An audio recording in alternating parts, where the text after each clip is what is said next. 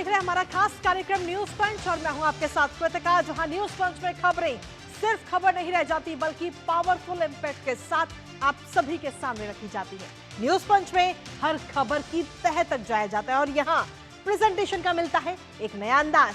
फिर वो खबर चाहे देश से जुड़ी हो या फिर दुनिया से, राजनीति की हो या अर्थव्यवस्था की या फिर आम आदमी से जुड़ी हुई, और खबर में जुड़े हर एक पहलू को पहुंचाने के साथ साथ ग्राउंड पर मौजूद अपने रिपोर्टर से जानते हैं एक एक अपडेट। तो चलिए शुरुआत करते हैं न्यूज पंच की प्रमुख खबरों के साथ और नजर डालते हैं टॉप लाइन्स पर।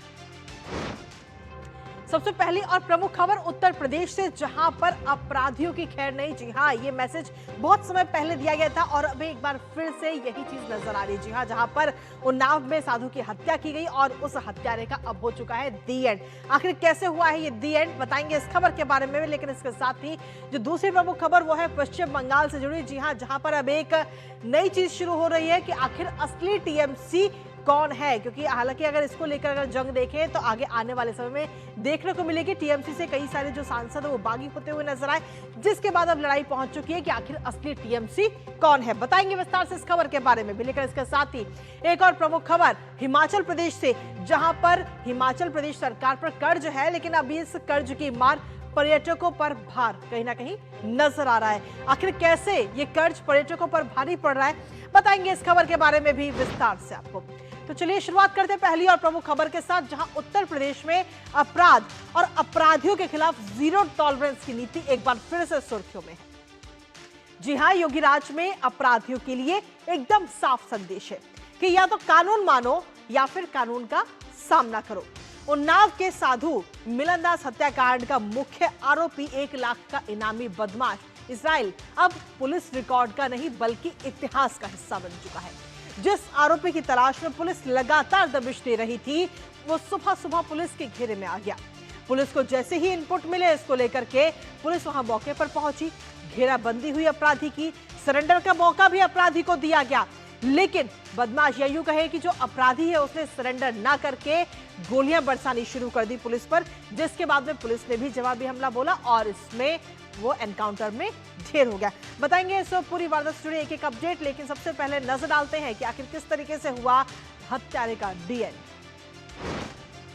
तो जी हां, साधु का जो कातिल है उसका अब अंत हो चुका है। साधु हत्याकांड का आरोपी इस समय ढेर किया जा चुका है। पुलिस मुठभेड़ में हत्यारा मारा गया है। पिछले काफी लंबे समय से उसको ढूंढा जा रहा था, उसकी तलाशी ली जा रही थी। इजराइल पर ये एक्शन यूपी पुलिस की तरफ से लिया गया। हालांकि इस अपराधी के ऊपर 1 लाख रुपए भी घोषित किए गए थे और 1 लाख रुपए का इनामी बदमाश साधु मिलनदास हत्याकांड में वांछित था।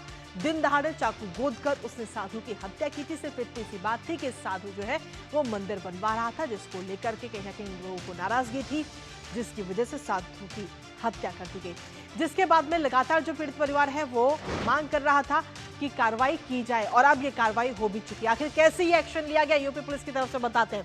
तड़के आज सुबह 3:40 पर यह बड़ा एक्शन लिया गया। मुखबिर से इसकी लोकेशन मिली थी अपराधी की, इजराइल की, जिसके बाद में पुलिस वहां पहुंची। पूरा घेराबंदी की गई अपराधी की और बांगरमऊ आगरा एक्सप्रेसवे पर सुराग मिला था अपराधी का, और जिसके बाद में सर्विस रोड पर इस इनामी बदमाश को या यूं कहे कि जो अपराधी है उसको घेर लिया गया पुलिस की तरफ से।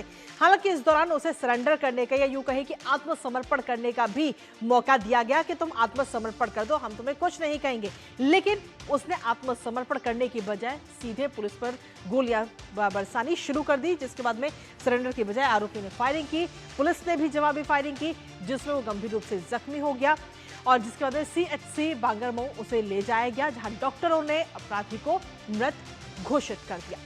लेकिन इसके साथ ही अगर हम देखें तो एनकाउंटर के बाद आखिर अपराधी के पास से क्या क्या मिला है ये भी जानने योग्य है, क्योंकि हत्या में इस्तेमाल जो चाकू है उसे पुलिस ने बरामद कर लिया है।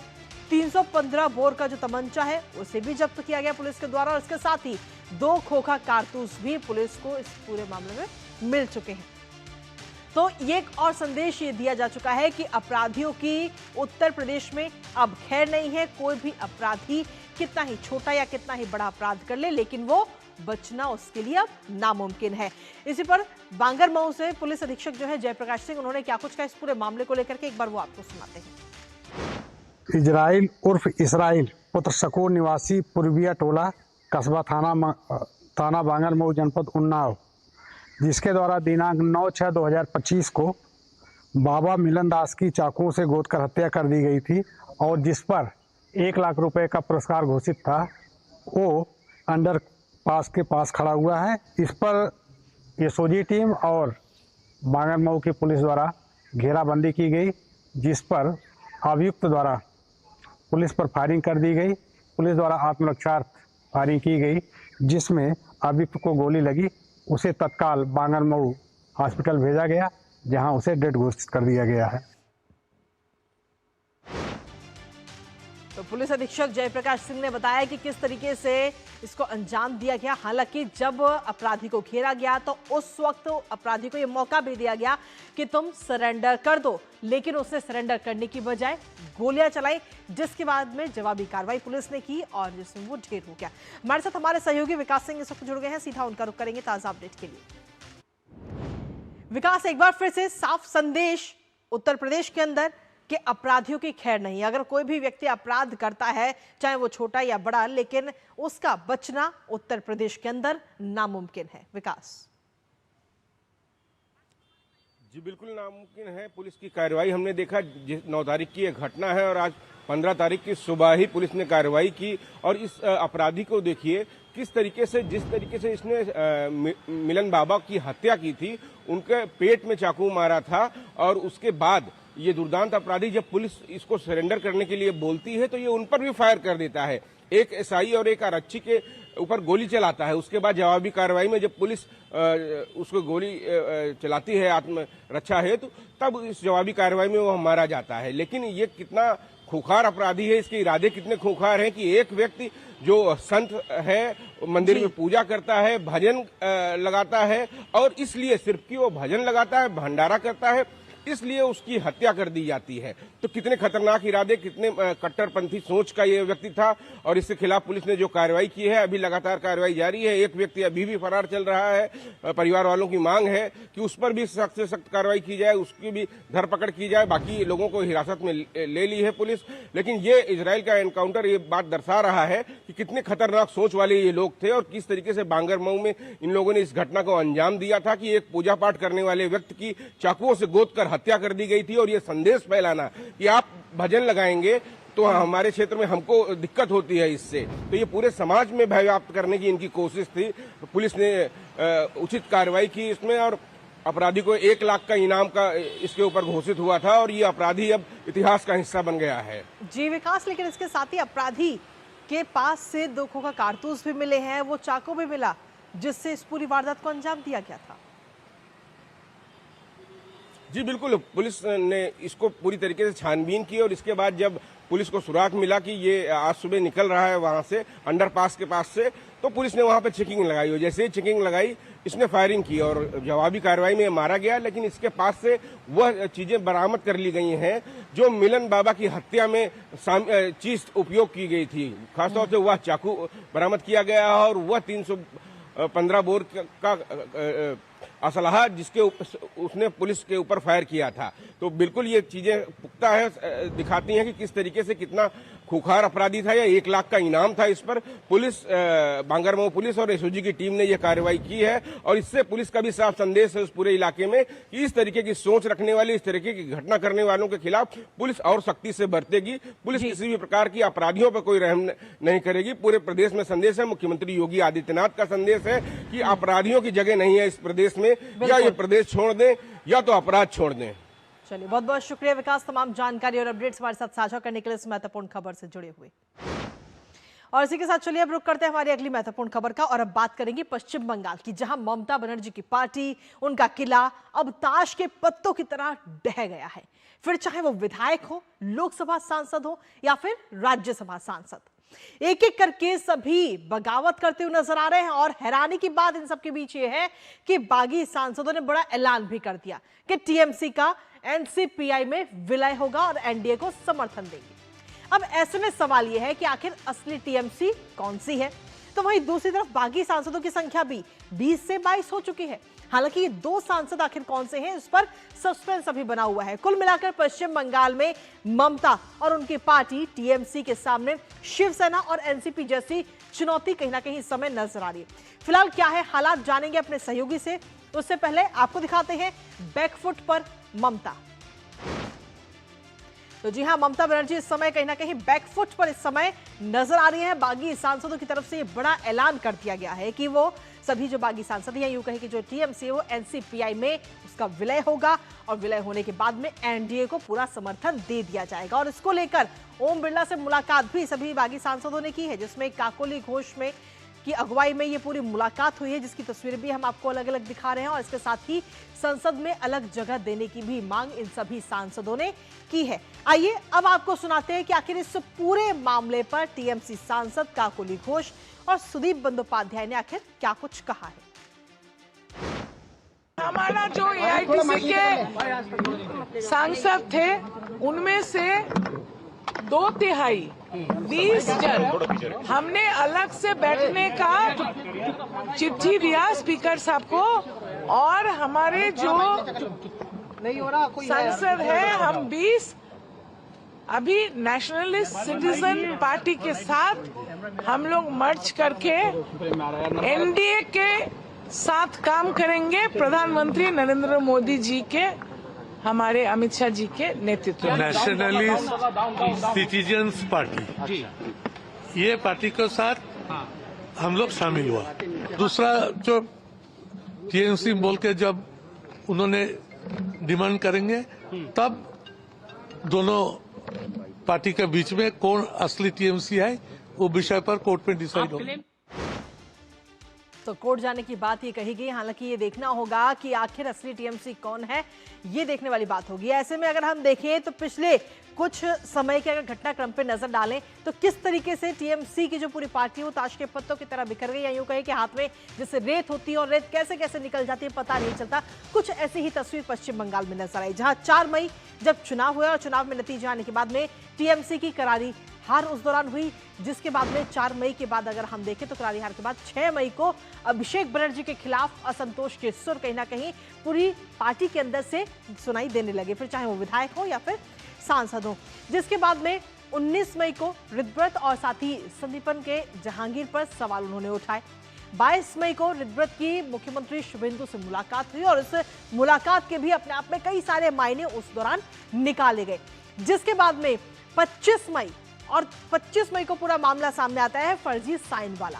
फर्जी साइन विवाद जो है वो 25 मई को सामने आता है, जिसके बाद 27 मई को स्पीकर से जांच की जो औपचारिक मांग है वो और ज्यादा तेज विधायकों की तरफ से होने लगी, जिसके बाद में इस पूरे मामले की आधिकारिक जांच शुरू हुई। तो कुल मिलाकर अगर हम देखें तो इस पूरे मामले में एक एक करके ये घटनाक्रम हमें देखने को मिला है। 30 मई को अभिषेक पर हमला हुआ और अभिषेक पर हमला होने के बाद में अंदरूनी कलह भी निकलकर सामने आई। 1 तारीख को रितव्रत और साथी संदीपन ने पार्टी से निष्कासित उन्हें कर दिया गया। 2 जून को टीएमसी ने स्पीकर को नए दस्तावेज सौंप दिए। 3 तारीख को जब 58 विधायकों को रितव्रत के समर्थन में पत्र मिल गया। 8 जून को बागी टीएमसी सांसदों की भूपेंद्र यादव से मुलाकात हुई, जिसकी तस्वीरें काफी ज्यादा वायरल हुई थी। 10 तारीख को ममता की करीबी सुष्मिता देव ने अपने पद से इस्तीफा दे दिया। 11 तारीख को 3 और राज्यसभा सांसदों ने इस्तीफा दे दिया और 13 जून को सयानी घोष को पार्टी यूथ विंग अध्यक्ष से हटा दिया गया। और आखिर में 14 जून को एनसीपीआई में विलय की ऐलान सभी बागी सांसदों की तरफ से कर दिया गया। तो ये पूरा घटनाक्रम, और इसी पर ताजा अपडेट ले लेते हैं। हमारे साथ में हमारे सहयोगी इस समय जुड़ रहे हैं, प्रसन्नजीत बख्शी, सीधा उनका रुख करेंगे। प्रसन्नजीत, आखिर हो क्या रहा है? ममता बनर्जी तो अपने पार्टी को बहुत ही मजबूत पार्टी बताती थी, 28 साल पुरानी ये पार्टी, लेकिन ये तो ऐसे ढह गई जैसे ताश के पत्तों का खेला हो। देखिए, गांव में ये बताया जाता है कि सांप को अगर मारा जाए तो उसके बाद जला दिया जाए। तो बंगाल के लिए तृणमूल कांग्रेस एक सांप बन गया था। अब उसको जलाने की काम चल रहा है, और ये जलाने की काम वो खुद कर रहा है। ऐसा नहीं है कि बाकी किसी की तरफ से किया जा रहा है, वो खुद कर रहा है। क्योंकि हम पिछले कई दिनों से, कई महीनों से बार बार कह रहे थे कि तृणमूल कांग्रेस के अंदर सब कुछ ठीक नहीं है। खास तौर से हम लोगों ने जब जो अभिषेक बनर्जी का कार्रवाई है इसके बारे में बात की है।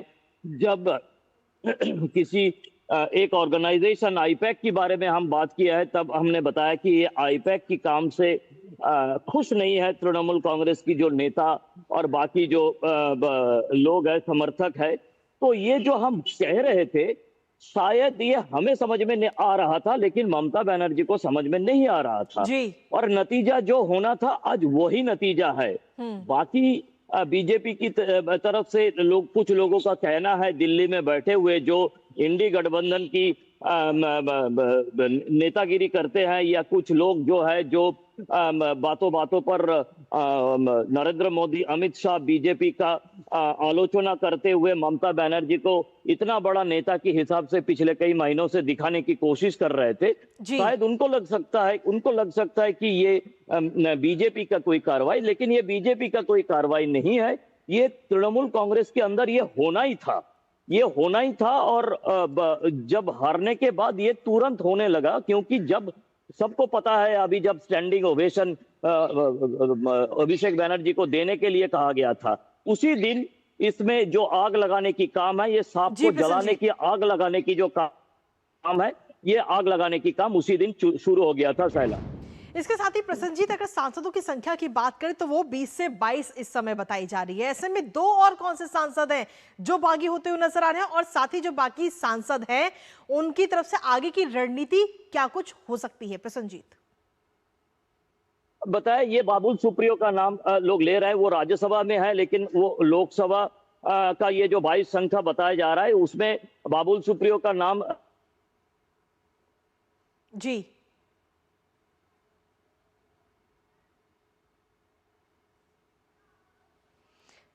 चलिए, अभी आपकी आवाज हम तक नहीं पहुंच पा रही, लेकिन वापस आपका रुख करेंगे। लेकिन सीधे तौर पर अगर हम देखें तो इस समय ममता बनर्जी चौतरफा घिरी हुई है। एक तरफ तो जो उनकी टीम है वो टूटती जा रही है, लेकिन वहीं दूसरी तरफ अपनी पार्टी को बचाने के लिए एक बड़ी चुनौती कि क्या टीएमसी, तृणमूल कांग्रेस, जो नाम उन्हें मिला हुआ था, क्या वो भी अब उनके पास में रहेगा या वो भी छिन जाएगा?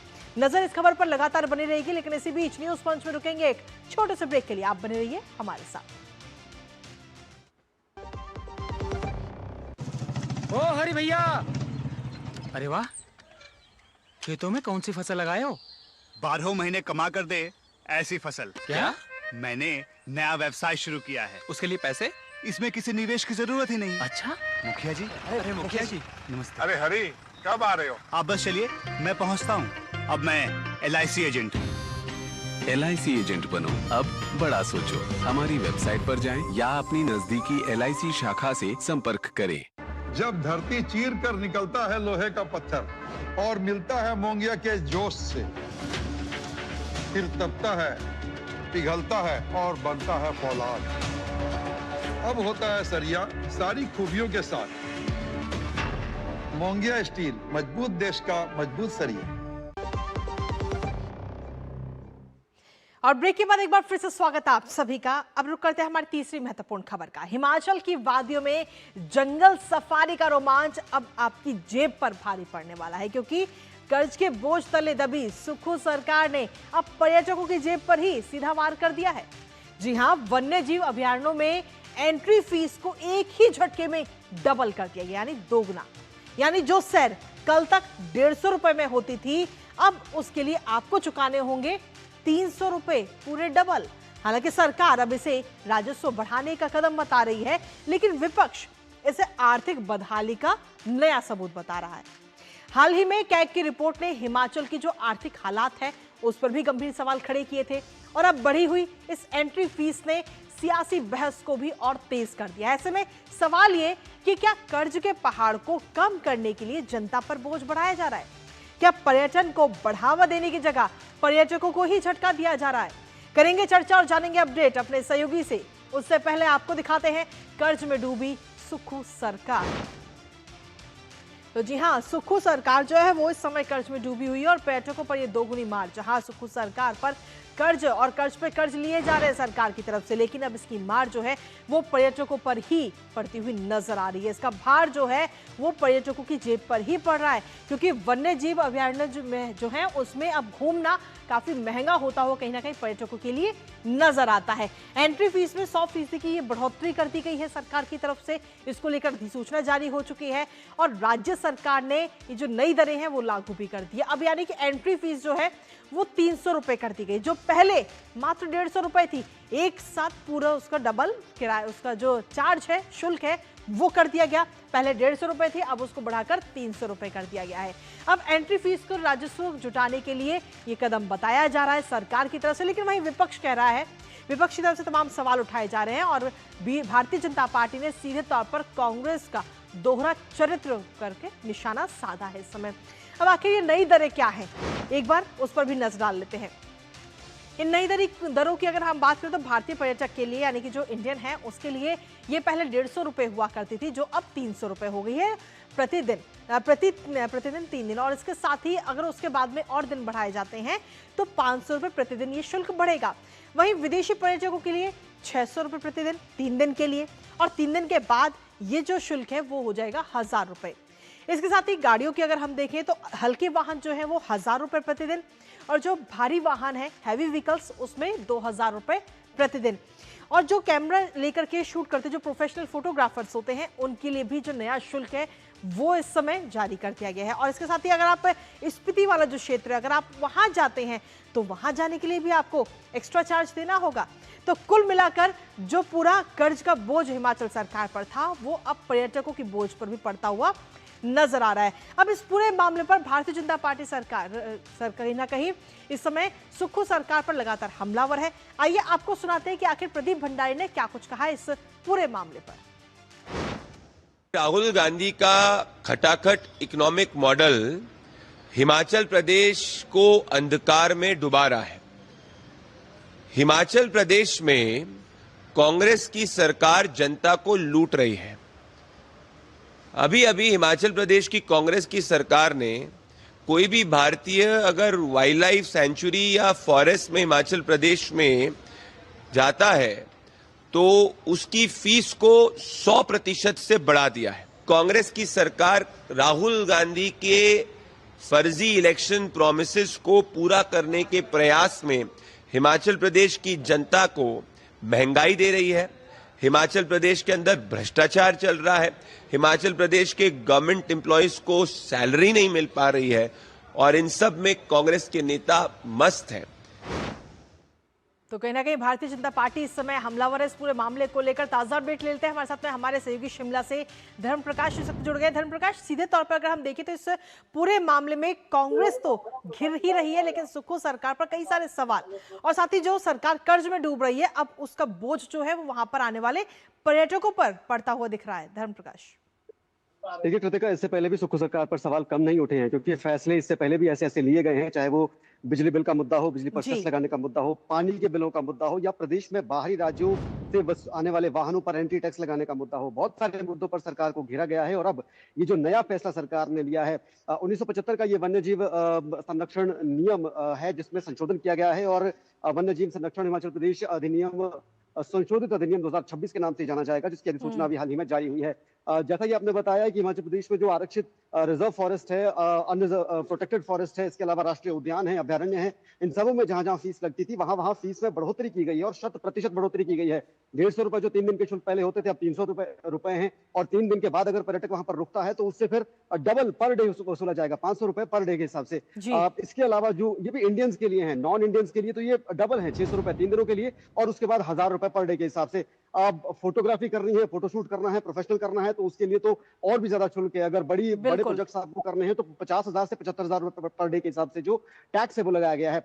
5 राष्ट्रीय उद्यान है हिमाचल प्रदेश में, 26 अभयारण्य है, और यहाँ पर न सिर्फ पर्यटक आते हैं बल्कि पर्यटकों के साथ साथ जो वन क्षेत्र है वहां पर औषधीय शोध के लिए बड़े बड़े अंतर्राष्ट्रीय स्तर के शोधकर्ता भी आते हैं, स्कॉलर्स भी आते हैं, उन पर भी ये मार पड़ेगी। पर्यटकों पर तो मार पड़ेगी ही पड़ेगी, लेकिन आसपास के क्षेत्रों में जो रोजगार जिन लोगों को मिलता है इन क्षेत्रों में पर्यटकों के आने से, चाहे वो टैक्सी ड्राइवर्स हो या फिर लोकल टूरिस्ट गाइड्स हो या फिर होम स्टे संचालक हो, उन सब पर भी इसकी मार पड़ेगी। सरकार का ये तर्क है कि इस फैसले से जो राजस्व है, जो रेवेन्यू है, वो जनरेट किया जाएगा। और कर्ज की आपने बात करी, 1 लाख करोड़ से ऊपर का कर्ज हिमाचल सरकार पर ऑलरेडी चढ़ चुका है और ये आने वाले वक्त में और भी बढ़ेगा। इस कर्ज से निपटने के लिए सरकार लगातार कोशिश कर रही है कि रेवेन्यू जो रिसोर्सेज है वो अपने जनरेट किए जाएं, लेकिन इसकी वजह से जनता पर जो असर पड़ रहा है उसको दरकिनार किया जा रहा है और उसी को लेकर सरकार पर विपक्ष हमलावर हो रहा है। साथ ही विपक्ष का भी ये दावा है कि सरकार जो है लगातार ऐसे फैसले लेकर जनता को एक तरह से परेशान करने का, उन पर बोझ डालने का काम कर रही है। चलिए, बहुत बहुत शुक्रिया तमाम जानकारी और अपडेट्स हमारे साथ साझा करने के लिए। इस महत्वपूर्ण खबर से जुड़े तो सीधे तौर पर यह कहा जा सकता है कि सरकार जो है वो उसकी जो नाकामयाबी थी उसका असर अब पर्यटकों की जेब पर पड़ता हुआ साफ तौर पर नजर आ रहा है। नजर इस खबर पर लगातार बनी रहेगी, लेकिन इसी के साथ फिलहाल न्यूज़ पंच से मुझे और हमारी पूरी टीम को दीजिए अनुमति। नमस्कार।